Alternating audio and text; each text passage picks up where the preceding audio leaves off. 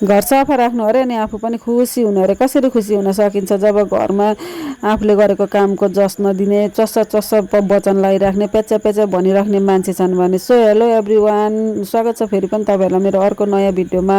अनि मैले चाहिँ के भन्दै थिएँ भने नि साथीहरू, आफू खुसी हुनलाई चाहिँ आफूले गरेको कामको कदर हुनुपर्छ, आफूले गरेको कामको तारिफ हुनुपर्छ। त्यही भएर आफू खुसी हुन सकिन्छ, नभए चाहिँ खुसी मिल्दैन।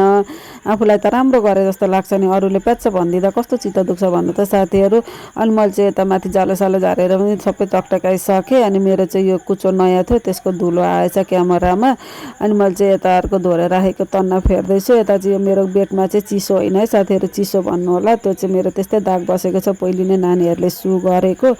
अनि म चाहिँ अब सिरानीको खोल फेर्छु साथीहरू। अनि सिरानीको खोल फेरिसकेपछि चाहिँ यता मेरो सिरकहरू पट्याउने कार्यक्रम हुन्छ। अनि सिरकहरू चाहिँ मेरो बेडमा 3टा हुन्छ क्या साथीहरू जहिले, किनभने हामी 3जना सुत्छौँ। अनि मलाई चाहिँ एउटै सिरक ओढेर तानातान गरेको सकसक लाग्छ। अनि छोराछोरी म बेग्लै सिरक ओढ्छौँ।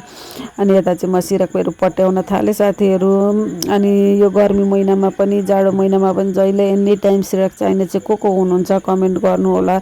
मलाई चाहिँ जहिले सिरक चाहिन्छ, सिरक नओढी चाहिँ मलाई निन्द्रै लाग्दैन।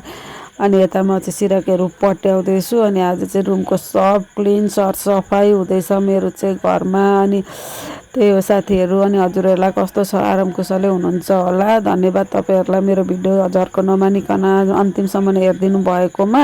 अनि मेरो चाहिँ अब एउटा मात्र बेड मिलाएर सक्यो, अब यो तन्ना पनि धुनुपर्ने हुन्छ। अनि thank you so much video अन्तिमसम्म हेरिदिनु भएकोमा। अनि म चाहिँ यस्तै हो, आज अड्किँदै बोलेँ। बाई बाई, धन्यवाद।